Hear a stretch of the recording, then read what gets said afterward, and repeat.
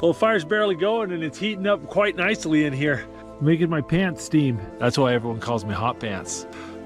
Nobody calls me that. All right, we got the water boiling. It's time to make some food. Got some beef bouillon cubes, a little bit of salt. I got these little lamb T-bones here and they're already seasoned. I'm gonna go ahead and cut the bone out and cut off the grizzle, put that in the pot first. So the lamb fat is rendering up nicely.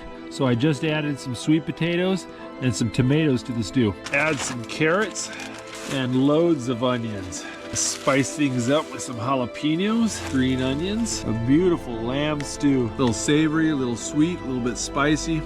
Good.